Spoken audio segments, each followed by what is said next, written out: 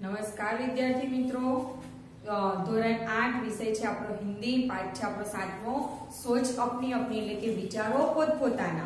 જુઓ અંદર page number 45 पर किसी विषय के पक्ष और विपक्ष में तर्क वितर्क सहित अपने विचारों की अभिव्यक्ति ही वाद विवाद है। वाद विवाद मौखिक भावाभिव्यक्ति का अत्यंत प्रभावशाली तथा महत्वपूर्ण रूप है। वाद विवाद એટલે एकबीजा साथे चर्चा। वाद विवाद में कोई एक विषय निर्धारित कर लिया जाता है। कुछ विद्यार्थी उस विषय के पक्ष में तथा कुछ विपक्ष में अपने तर्क इकट्ठे करके कार्यक्रम के दिन श्रोताओं के सामने प्रस्तुत करते हैं। एक वक्ता पक्ष में अपने विचार रखता है तो दूसरा वक्ता विपक्ष में। इस प्रकार वक्ताओं का अपनी बात की पुष्टि तथा विपक्षी के कथन के खंडन का अवसर मिलता है। એટલે કોઈ પણ વર્ગ હોય કાં તો કોઈ પણ વાત હોય તો એની અંદર એક પક્ષમાં બોલે તો કોઈ બીજો વિપક્ષમાં બોલે એટલે કે એની વિરુદ્ધમાં બોલે। બે હોય અને એના વિશે જે ચર્ચાઓ થાય એ વાદ વિવાદ કહેવાય છે।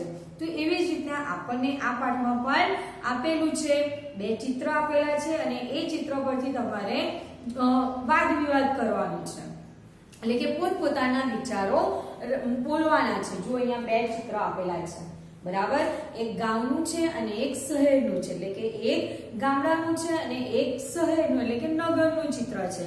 તો એ બંનેની અંદર કઈ સામ્યતા છે, કઈ એક કોઈ લોકો એવું બોલશે કે ગામડાનું ગમે છે, કોઈ એવું બોલશે કે શહેરનું ગમે છે। તો એવી રીતના આપણે આ વાદ વિવાદ એટલે કે પોતપોતાના વિચારોને રાખવાના છે એવો પાઠ છે। એની નીચે જુઓ પ્રશ્ન બી પૂછ્યો છે કે दोनों चित्र में क्या अंतर है। બે ચિત્ર આપેલા છે, બંને ચિત્રમાં શું અંતર છે તો એક ગામડાનું છે અને એક શહેરનું છે। બીજો પ્રશ્ન છે गांव तथा नगर के जीवन में क्या अंतर है और तुम्हें कौन सा रुचिकर लगता है, क्यों। तो जुओ गांव અને નગરના જીવનમાં કયું અંતર છે તો ગામડાનું જીવન શુદ્ધ હવાવાળું હોય। ગામડાના લોકો અહીંયા આપણને ચિત્રમાં બી દેખાય છે કે ગામડાના લોકો તળાવમાં હોય, તળાવની નજીક જાય, ત્યાં આગળ કપડાં ધોવે, પોતે નાય, પશુઓને નવડાવે। માટીકામ વાળા કુંભાર હોય છે તો કુંભાર ત્યાં આગળ માટલા બનાવવાનું કામ કરે છે। મકાનો કાચા છે, આજુબાજુ જળ હોય એવું ગામડાનું વાતાવરણ છે। જ્યારે બીજું ચિત્ર છે એ શહેરનું છે તો એની અંદર શહેરની અંદર નાની પહોળી મોટી સડક છે એટલે કે રસ્તાઓ છે, લોકો વાહનો આઈ જાય કરે છે, લોકો એકદમ આધુનિક કપડે પહેરે છે, જ્યારે ગામડામાં લોકો પોતાના જે પુરાના કપડા છે એ પહેરે છે। ત્યાં આગળ કચ્ચે મકાન થે તો યહાં પક્કે મકાન હે। એવી રીતના તો એ ગાંવ તથા શહેરનું જે જીવન છે એની અંદર જે અંતર છે એ અંતરની અંદર તમને ગામડાનું ગમે છે કે શહેરનું ગમે છે એના વિશે કહેવાનું। તો પોતપોતાની જાતે જેને ગામડાનું ગમતું હોય તો એ ગામડા વિશે લખે અને જેને શહેરનું ગમતું હોય, નગરનું ગમતું હોય એ લોકો એના વિશે લખે। તો એ તમારે પ્રશ્ન લખવાના છે। ત્રીજો પ્રશ્ન છે क्या तालाब का जल पीने के लिए योग्य है, यदि नहीं तो क्यों। तालाब એટલે કે તળાવનું પાણી જે છે એ પીવા લાયક છે કે નથી, અને છે તો પણ કેમ અને નથી તો પણ કેમ। તો તળાવ જે તળાવ છે એનું પાણી પીવા લાયક નથી। કેમ તો તળાવ બધી બાજુથી ખુલ્લું છે, કેટલી અંદર ધૂળ મિટ્ટી અંદર તળાવમાં આવતી હોય, વૃક્ષો હોય તો વૃક્ષોના પાન પણ અંદર પડ્યા હોય જે બગડી જાય, સડે એની અંદર, અને એવું પાણી પછી ઢોર નહાવે, કપડા ધોવે એ પાણી કેવું થઈ જાય છે, દૂષિત થઈ જાય છે એટલે કે પ્રદૂષણ વાળું થઈ જાય છે, એટલે આપણે એ પાણી પીતા નથી। એના પછી છે કે નીચે दिए हुए मुद्दों के आधार पर विज्ञान वरदान या अभिशाप इस विषय के एक पक्ष पर अपने विचार कारण सहित प्रस्तुत कीजिए। એટલે કે જે વિજ્ઞાન છે તો એ વિજ્ઞાન વરદાન છે કે અભિશાપ એટલે કે એનાથી નુકસાન બી થાય છે અને એનાથી ફાયદો બી છે। તો વિજ્ઞાનને નીચે મુદ્દાઓ આપેલા છે। પ્રદૂષણ તો વિજ્ઞાનને જે શોધો કરી વિજ્ઞાને કે વાહનો તો scooter, bike, motor car, tractor, truck આવા બધા જે એને સાધનો કર્યા છે અને એ સાધનોની અંદર પેટ્રોલ ડીઝલ વપરાય તો એની પાછળ પ્રદૂષણ થતું રહે છે.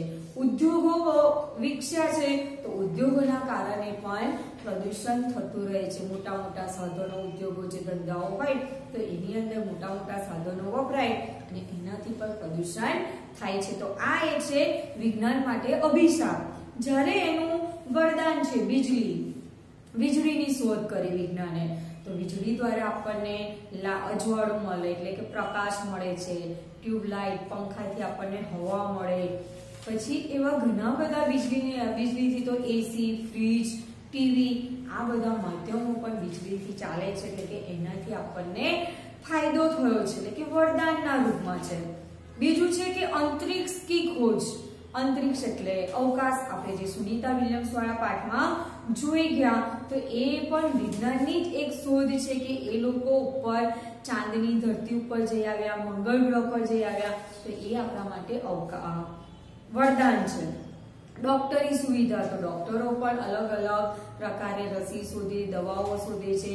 પછી અમુક ઓપરેશન કરવાના હોય તો ઓપરેશનના જે બધા સાધનો હોય છે તો એ બધા સાધનો દ્વારા એ દર્દીઓના ઉપચાર કરે છે. કેટલા મોટી મોટી બીમારીઓ, કેન્સર છે, અત્યારે પાછો હાલમાં કોરોના જેવી મહાગંભીર મહામારી ચાલે છે, તે કોરોનાની સામે પણ એમને રસી લાવ્યા છે. તો આ બધી વિજ્ઞાનની સુવિધા છે અને વિજ્ઞાનના કારણે આપણને આ બધું લાભ મળે છે. દૂરભાષ, કમ્પ્યુટર, દૂરભાષ અને કમ્પ્યુટર. તો દૂરભાષ એટલે કે ટીવી, મોબાઈલ, કમ્પ્યુટર આ બધું આપણને વિજ્ઞાનની શોધ દ્વારા આપણને જોઈ શકીએ છીએ, એને સાંભળી શકીએ છીએ. કમ્પ્યુટરમાં આપણે ગણતરી કરી શકીએ છીએ. કમ્પ્યુટરથી ઘણા બધા લોકોનું જે જીવન છે એકદમ સરળ થઈ ગયું છે અને ગણિત પણ એનાથી સરળ. ગાણિતિક કમ્પ્યુટરથી જે બેંકોમાં બધા જે હિસાબ કિતાબ થાય છે તો એ પણ સરળ રીતે થઈ ગયા છે. એટલે એ પણ વિજ્ઞાનની શોધ દ્વારા, એટલે કે આપણને વિજ્ઞાન વરદાન તરીકે આપણે લઈએ છીએ. પછી પરમાણુ, બોમ્બ, પિસ્તોલ, તો આ બધું છે વિજ્ઞાનના અભિશાપ કે પરમાણુ દ્વારા પણ એનું પરીક્ષણ કરે છે તો તે વખતે પણ ઘણું બધું પ્રદૂષણ ફેલાય છે. બોમ્બ, તો બોમ્બથી કેટલા લોકોની જાન જાય છે. પિસ્તોલ, તો પિસ્તોલથી પણ લોકો મૃત્યુ પામતા હોય છે અને એ આપણા વિજ્ઞાન માટે કેવા છે? અભિશાપ છે. યાતાયાત, સાધનો, વાહનો, તો સાધનો એ આપણા માટે સારા છે કે આપણે એક જગ્યા પરથી બીજી જગ્યાએ જવું હોય તો સાધન લઈને, પહેલાના લોકો જે હતા એ બધા કેવા જતા હતા? ચાલીને જતા હતા. તો કલાકો એમના બગડતા હતા, સમય બગડતો હતો. એના બદલે સાધનોથી આપણને ફાયદો થયો છે કે એક જગ્યાએથી બીજી જગ્યાએ આપણે સરળ રીતે અને ઓછા કલાક સમય બગાડ્યા વગર આપણે ત્યાં પહોંચી શકીએ છીએ.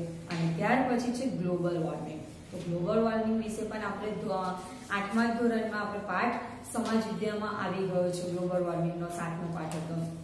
તો એની અંદર આ જે બધી શોધો છે કે વીજળીની શોધ, એસી, ફ્રીજ, ટીવી, તો એના કારણે જે કાર્બન ડાયોક્સાઇડ વાયુ છે ફેલાય છે, જેથી ગ્લોબલ વોર્મિંગ એટલે કે ક્લાઇમેટ ચેન્જ, વાતાવરણ ફેરફાર થયા કરે છે. તો આવી રીતના વિજ્ઞાન વરદાન બી છે અને અભિશાપ પણ છે. એટલે કોઈ વરદાનના વિશે બોલે અને કોઈ અભિશાપ, એટલે વિજ્ઞાનથી ફાયદા અને વિજ્ઞાનથી ગેરફાયદા, એ બે વિશે તમારે લખવાનું રહેશે. ત્યાર પછી છે કોણ શક્તિશાળી હે, કલમ યા તલવાર. તો શક્તિશાળી શું છે? કલમ એટલે કે પેન કે તલવાર. તો એની અંદર આપણે જોવાનું કે કયું શક્તિશાળી છે. બરાબર. કલમ, તો કલમથી શું થાય? તો લખી શકાય. જે રીતના વાલ્મીકી છે, તો વાલ્મીકી કેવા હતા? ચોર લૂંટેરે હતા. બરાબર. અને એ ચોર લૂંટેરામાંથી કેવા બની ગયા? વાલ્મીકી ઋષિ બની ગયા. તો એ શેના દ્વારા? કલમ દ્વારા, કે જેને રામાયણ જેવો ગ્રંથ લખ્યો. એવા ઘણા બધા છે કે જેને કલમ દ્વારા પોતાના ગ્રંથો લખ્યા છે. કે કલમ બી શક્તિશાળી. જ્યારે તલવાર છે, તો તલવારથી લોકોના જાન જાય છે. તલવાર એક આમ મહાનતા દર્શાવે કે પોતે રાજા હોય તો રાજા એકબીજાના રાજ્યમાં ચઢાઈ કરે છે એ વખતે તલવાર દ્વારા યુદ્ધ કરે તો બીજા લોકોને મારી બી શકે છે અને દુશ્મનની સામે સામનો કરવો હોય તો તલવાર ઉપયોગી છે. એટલે કલમ શક્તિશાળી છે કે તલવાર એ બંને પર તમારે લખવાનું છે અને બંને વિશે તમારે नोट अंदर बन्ने विषय सारा अक्षरे लखवानु छे. दी गई सामग्री पढ़े और उसके आधार पर प्रश्नों के उत्तर दीजिए. जो अंदर बहुत दूर जन्म ले रहा है धरती जैसा ग्रह. जो अंदर पेज नंबर 46 के नासा की दूरबीन ने दिखाई पृथ्वी के जन्म जैसी तस्वीरें. 424 प्रकाश वर्ष दूर है नया ग्रह. एनी अंदर नाना अक्षरो छे ते नाना अक्षरो आपणे वांचीने જોઈ લઈએ. આ છે બરાબર. तो जुओ एनी अंदर कि शिकागो AAFP हमारी पृथ्वी से 424 प्रकाश वर्ष दूर गर्मागर्दो गुबार के बीच धरती जैसा एक ग्रह आकार ग्रहण कर रहा है. वैज्ञानिकों के मुताबिक 1 करोड़ से 1.6 करोड़ वर्ष की उम्र वाले इस ग्रह का सौर मंडल अभी मुश्किल से किशोरावस्था में है, लेकिन जॉन हॉपकिंस यूनिवर्सिटी की एप्लाइड फिजिक्स प्रयोगशाला के मुखिया कैरी सिस्से के मुताबिक यह पृथ्वी जैसे ग्रह के जन्म लेने की बिल्कुल सही अवस्था है. એટલે આની અંદર એવું છે કે પૃથ્વી જેવો ગ્રહ જન્મ લઈ રહ્યો છે. કેટલો દૂર છે તો 424 પ્રકાશ વર્ષ દૂર છે અને એની જે ઉંમર છે એ 1.6 કરોડ વર્ષ છે અને એ પૃથ્વી જેવો ગ્રહ બનતા એને 1 કરોડ વર્ષ પણ લાગે. એના વિશે તમે અંદર જોઈ લેજો. પણ એના દ્વારા તમને નીચે બે પ્રશ્નો પૂછ્યા છે અને બીજા જોડકા છે એ જુઓ કે अंतरिक्ष की किस घटना से वैज्ञानिक उत्साहित है. तो अंतरिक्ष ની કઈ ઘટના તો આજ કે પૃથ્વી જેવો ગ્રહ अंतरिक्ष में जन्म ले रहा है. એટલે अंतरिक्ष पर पृथ्वी जैसा ग्रह जन्म ले रहा है. उस घटना से वैज्ञानिक उत्साहित है. बीजो प्रश्न है पृथ्वी जैसा ग्रह बनने के लिए अंतरिक्ष में किस प्रकार की स्थिति होना आवश्यक है. तो पृथ्वी જેવો ગ્રહ બનવા માટે કઈ આવશ્યકતા જોઈએ તો આપણે પૃથ્વી પર રહીએ છીએ એટલે આપણને ખબર હોય કે પાણી જોઈએ, ધૂળ મિટ્ટી, પ્રકાશ. તો એવું ત્યાં अंतरिक्षમાં પણ પાણી, પ્રકાશ, ધૂળ મિટ્ટી આવા બધા ગ્રહ બનવા માટે આવી બધી સ્થિતિ હોવી જોઈએ અને એ અંદર આપણને ચિત્રમાં બતાવી છે કે જે ગ્રહ છે એની આગળ પાછળ ધૂળ જેવી રિંગ બનાવેલી છે. ત્યાર પછી છે જોડકા. પહેલો છે કે 424 પ્રકાશ વર્ષ. તો એ છે પૃથ્વી से नए ग्रह की दूरी. ये अंदर ऊपर पहली જ લીટીમાં આપી દીધું છે. 1.6 करोड़ वर्ष. तो ये छे नए ग्रह की उम्र. 10 करोड़ वर्ष तो पूर्ण ग्रह बनने में लगने वाला समय. એટલે કે આ જે ધરતી જેવો ગ્રહ છે એને બનતા કેટલો સમય લાગશે તો 10 કરોડ વર્ષ થશે. પછી છે સ્પિટ્ઝર સ્પેસ. तो छे नासा का टेलीस्कोप. એટલે કે એક ટેલિસ્કોપ દ્વારા દૂરબીન દ્વારા આ પૃથ્વી જેવો ગ્રહ જોઈ રહ્યા છે. એટલે કે એ લોકોએ જોયો, એનો ફોટો લીધો, એના પરથી આપણને માહિતી આપી કે અહીંયાથી दूर આ પૃથ્વી જેવો ગ્રહ જન્મ લઈ રહ્યો છે. અને કેરી સિસ્સે છે તો એ અહીંયા વૈજ્ઞાનિક છે. એ પણ આપણા આ ઉપરના જે આપ્યું છે નાનું અમથું એની અંદર આ કેરી સિસ્સે વિશે પણ લખેલું છે. તો આ હતો આપણો ભાગ 1 કે જેની અંદર આપણે ગાંવ અને શહેર વિશે જોઈ લીધું, વિજ્ઞાન અને વરદાન વિશે જોઈ લીધું. એટલે કે વિજ્ઞાન વરદાન છે કે અભિશાપ એના વિશે. કલમ અથવા તલવાર. તો એ કલમ શક્તિશાળી કે તલવાર શક્તિશાળી એના વિશે જોઈ લીધું અને ત્યાર પછી જોયું પૃથ્વી જેવો ગ્રહ. હવે એના પછી એનું સ્વાધ્યાય આવે છે તે આપણે આગળના પાઠમાં જોઈશું. આગળના